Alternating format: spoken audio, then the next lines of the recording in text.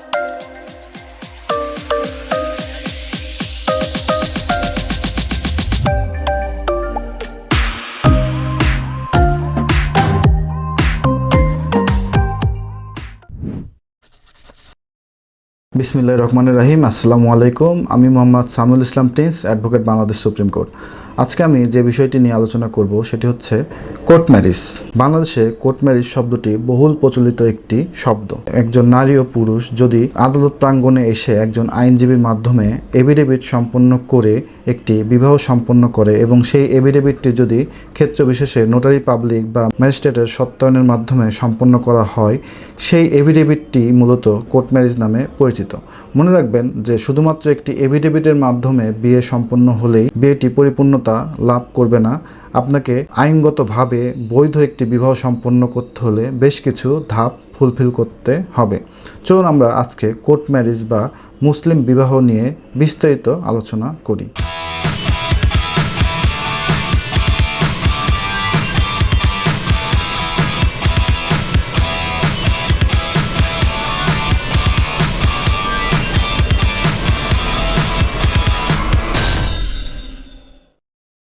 মনে রাখবেন, যখন কোর্ট ম্যারেজ করার আপনারা সিদ্ধান্ত গ্রহণ করবেন তখন অবশ্যই আপনারা একজন বিজ্ঞ আইনজীবীর শরণাপন্ন হবেন। বিজ্ঞ আইনজীবীর শরণাপন্ন হলে বিজ্ঞ আইনজীবী আপনাকে কোর্ট ম্যারেজ সংক্রান্ত বিভিন্ন বিষয় নিয়ে অবহিত করবে। চলুন আমরা দেখি যে কোর্ট ম্যারেজ করতে হলে আপনার কি কি ধরনের প্রস্তুতি গ্রহণ করতে হবে এবং কি কি ধরনের ডকুমেন্টের প্রয়োজন পড়বে। কোর্ট ম্যারেজ করতে হলে প্রথমেই আপনাদের যে বিষয়টি খেয়াল রাখতে হবে সেটি হচ্ছে ছেলে এবং মেয়ের বয়স।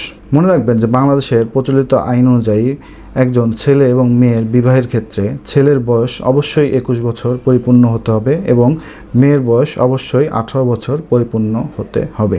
যদি মেয়ের বয়স 18 বছরের কম হয় অথবা ছেলের বয়স 21 বছরের কম হয়, সেক্ষেত্রে আপনারা কোর্ট ম্যারেজ করতে পারবেন না। যদি আপনারা প্রতারণামূলকভাবে বয়স গোপন করে বিবাহ বন্ধনে আবদ্ধ হন, সেক্ষেত্রে আপনারা পরবর্তীতে বিভিন্ন আইনগত সমস্যার সম্মুখীন হতে পারেন। যদি আপনারা বয়স গোপন করে কোনো একটি বিবাহ সম্পন্ন করেন, সেক্ষেত্রে আপনাদের অভিভাবকরা আপনাদের বিরুদ্ধে অপহরণের মামলা করতে পারে। এছাড়াও বাল্যবিবাহের অপরাধেও আপনারা অপরাধী হতে পারেন। তো আমরা দেখলাম যে কোর্ট ম্যারেজ বা বিবাহের ক্ষেত্রে একটি পূর্ব শর্ত হচ্ছে প্রাপ্তবয়স্ক হওয়া। এরপর আপনাদের বয়স প্রমাণের জন্য যে সকল ডকুমেন্ট জরুরি, এর মধ্যে প্রথমেই হচ্ছে জাতীয় পরিচয়পত্র। যদি জাতীয় পরিচয়পত্র আপনাদের না থাকে, সেক্ষেত্রে অনলাইন জন্ম নিবন্ধন। অবশ্যই আপনারা যখন কোর্ট ম্যারেজ করতে যাবেন, আপনার নিয়োজিত আইনজীবী অবশ্যই আপনার বয়স প্রমাণের জন্য যে আপনি কাগজপত্র তাকে প্রদান করবেন, তিনি অবশ্যই সেটি যাচাই বাছাই করে দেখবেন যে আপনারা প্রাপ্তবয়স্ক হয়েছেন কিনা।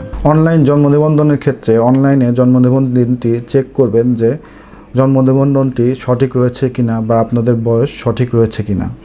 এরপর আপনাদের আরেকটি যে গুরুত্বপূর্ণ ডকুমেন্ট প্রয়োজন পড়বে সেটি হচ্ছে আপনাদের উভয়ের ছবি, যেটি অবশ্যই পাসপোর্ট সাইজের ছবি হতে হবে। এরপর একটি মুসলিম বিবাহের অন্যতম গুরুত্বপূর্ণ বিষয় হচ্ছে সাক্ষী।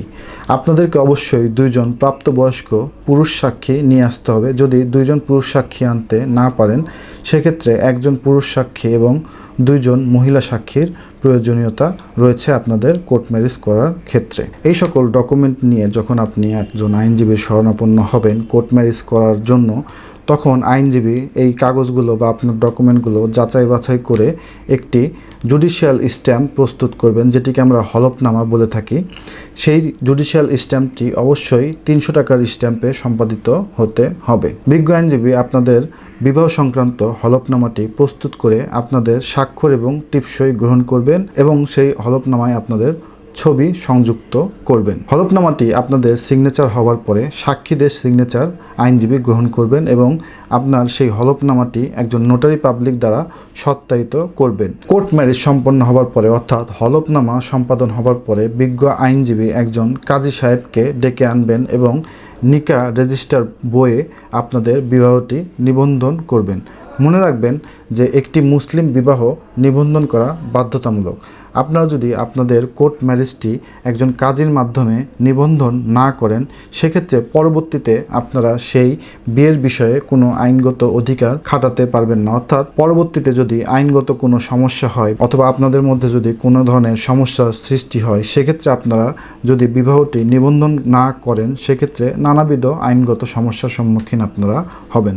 সুতরাং মনে রাখবেন যে একটি কোর্ট ম্যারেজকে অবশ্যই নিবন্ধিত হতে হবে। আইনজীবী আপনাদের বিবাহটি নিবন্ধনের পরে আপনাদেরকে একটি রিসিট প্রদান করবেন, অর্থাৎ কাবিননামার রিসিট। অর্থাৎ সেই রিসিটে আপনারা কত নাম্বার ভলিউমে এবং কত তারিখে এবং কত পৃষ্ঠায় আপনাদের বিবাহটি নিবন্ধন করবেন তার একটি রিসিট আপনাদেরকে প্রদান করবেন।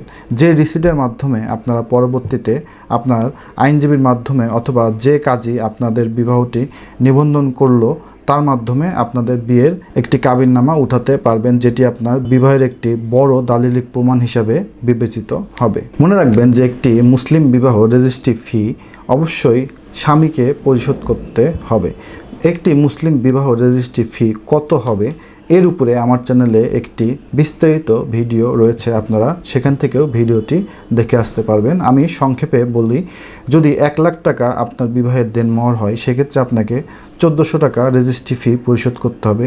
ঠিক একইভাবে 5 লাখ টাকা পর্যন্ত প্রতি লাখে আপনাকে 1400 টাকা করে পরিশোধ করতে হবে। অর্থাৎ 5 লাখ টাকা যদি আপনার বিয়ের কাবিন হয়, সেক্ষেত্রে আপনাকে 7000 টাকা রেজিস্ট্রি ফি পরিশোধ করতে হবে। ঠিক একইভাবে যদি আপনার বিয়ের কাবিন 5 লাখের অতিরিক্ত হয়, অর্থাৎ 6 লাখ হয়, সেক্ষেত্রে প্রতি লাখের জন্য 100 টাকা করে আপনার বিবাহ নিবন্ধন ফি নির্ধারিত হবে। অর্থাৎ 6 লাখ টাকার ক্ষেত্রে 7100 টাকা, 7 লাখের ক্ষেত্রে 7200 টাকা, 8 লাখের ক্ষেত্রে 7300 টাকা আপনার বিবাহ নিবন্ধন ফি নির্ধারিত হবে।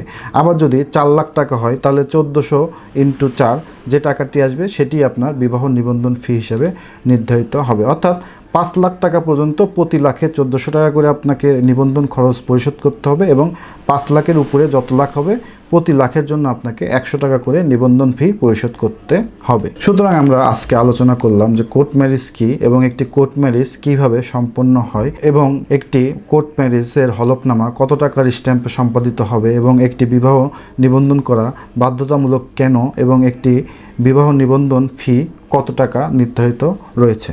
ভিডিওটি শেষ পর্যন্ত দেখার জন্য ধন্যবাদ। আসসালামু আলাইকুম।